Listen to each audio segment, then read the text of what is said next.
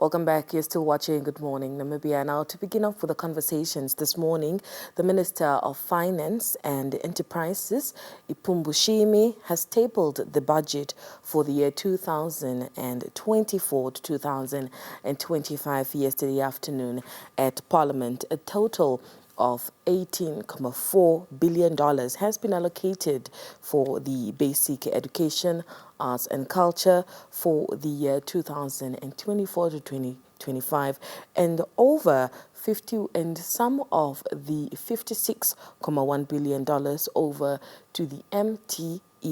Also tabled was the old age grant and the disability grant, which will increase from 1,400 to 1,600 per month.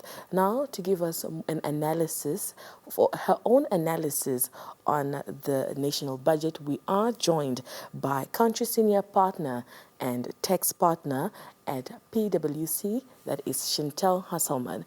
Good morning, and thank you so much for joining us, Ms. Husselmann. Good morning, Depewa, and good morning to our viewers. Thanks for having me. All right. Kindly just talk to us about some of your key takeaways from the national budget yesterday. Yes, so the budget as tabled is definitely, in our dissect, leaning more towards being a static as opposed to, or more towards leaning towards being a flexible as opposed to a static budget. In ordinary terms, also a busy budget. So quite inclusive, speaking to, you rightfully mentioned the increase in terms of old age grants, so speaking to pensioners, speaking to employed individuals in a positive sense in terms of what can be expected, but also extended on what corporates can look forward to, and also foreign investors, so quite a broad spectrum. So we are also very pleased then with the outlook on tax policy and other structural reforms as announced. Yeah, we definitely saw that it has put some relief to individuals as well as a few companies. But what would you say are some of the positives to take away from the budget yesterday, and perhaps any concerns that you've noted? Starting off with the few positives that I can mention in the essence of time, but also inviting viewers to continue following the conversation with our budget dissect on our website. But good to note was the focus and the emphasis in terms of boosting local household income. So we picked up a strong focus on that, and that will also then come through in the announced tax proposals. And also the focus on accelerating the execution as well as the adequate funding of projects under the development budget. And making sure that Namibia remains attractive to foreign investors, which is also to us a focus in terms of creating much needed employment, particularly youth unemployment, addressing youth unemployment.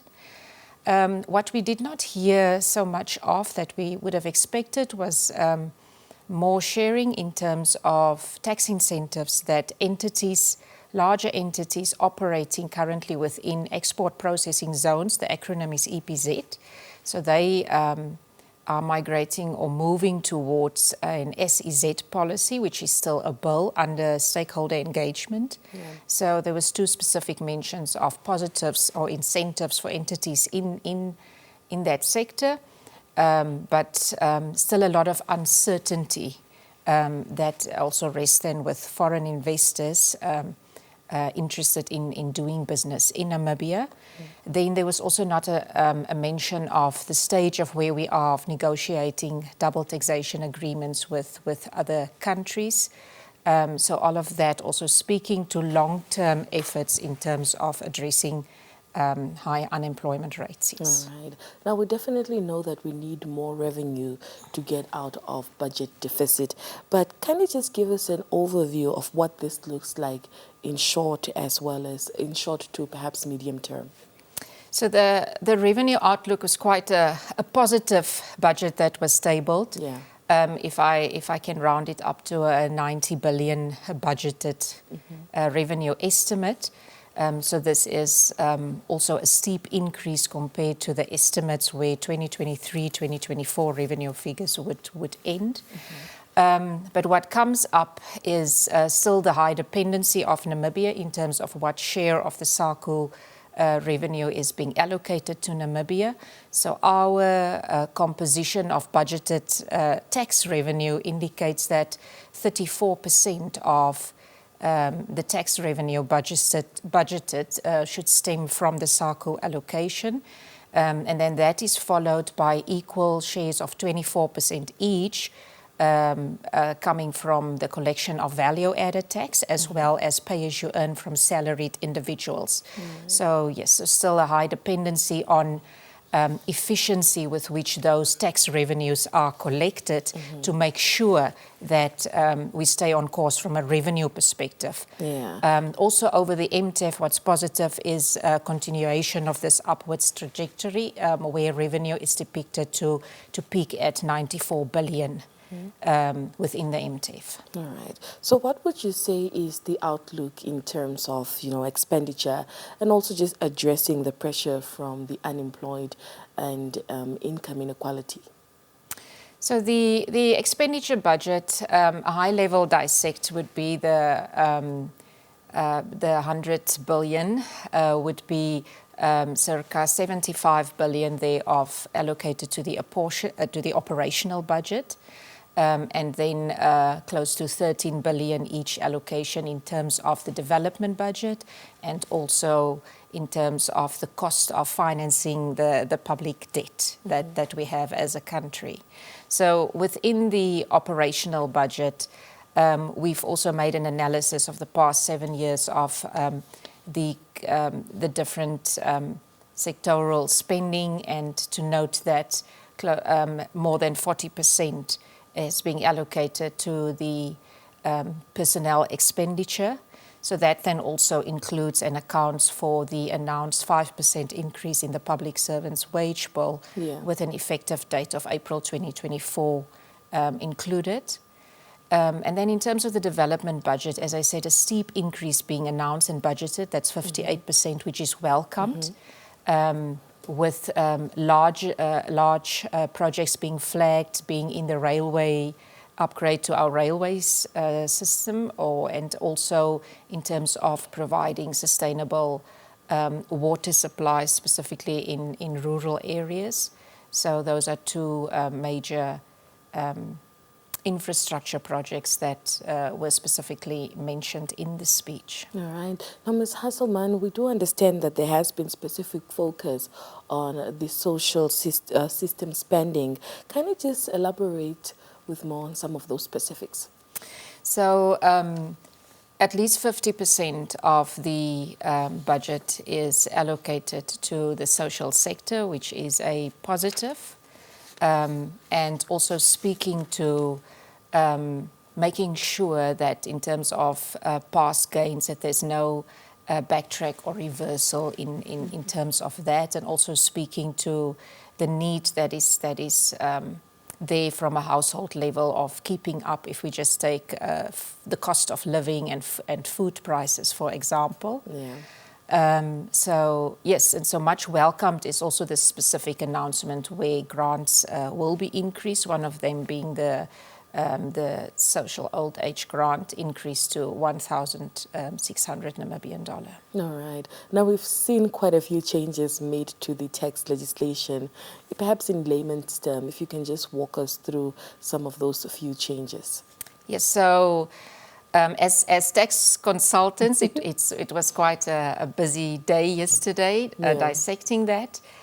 Too many to mention, but a quick rundown is that what has been previously announced is just affirmed with dates given to that. So as salaried individuals, employees can then look forward to the anticipated change in our tax brackets, where the income, the tax-free threshold would increase from 50 to 100,000 Namibian dollar, implying that all salaried employees can look forward to paying less tax once that is effective soon.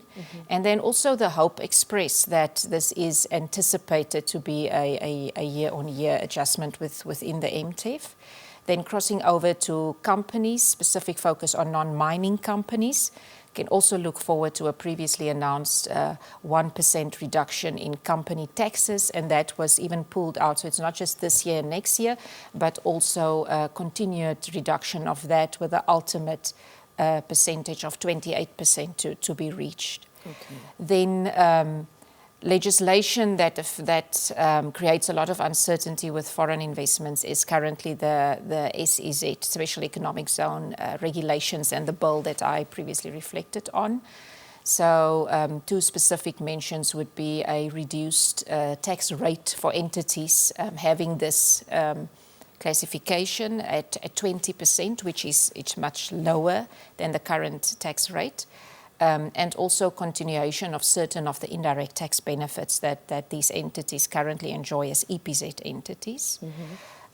Also taking care of SMEs, so where it is an announcement of also small, medium enterprises with a certain revenue threshold yet to be announced, can then also enjoy a much lower corporate tax rate, definitely boosting a spirit of entrepreneurship within the country.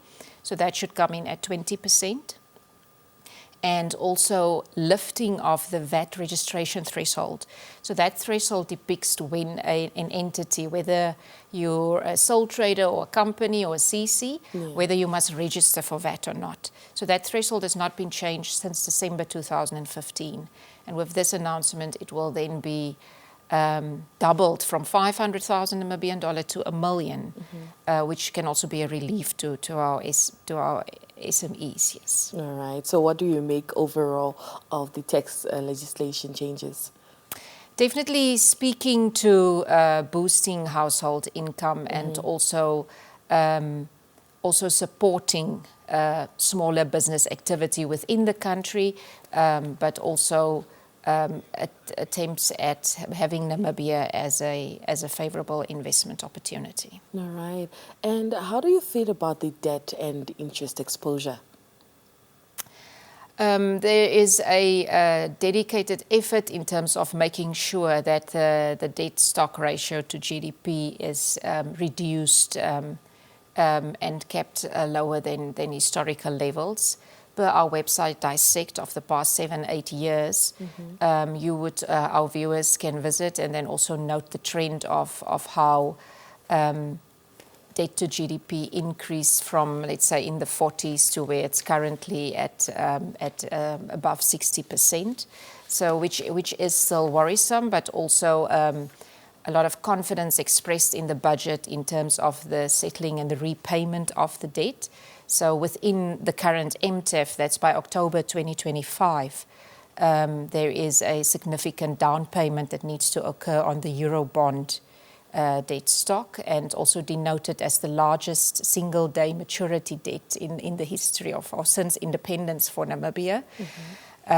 So that is that will be very settling, or at least settling 2/3 of that would be very important for the country.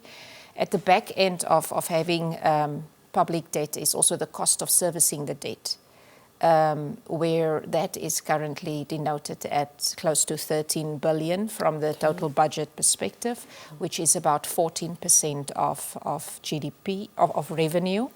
And just to note, when we benchmark that, our own benchmark is said to have that at 10% or lower. So there is still...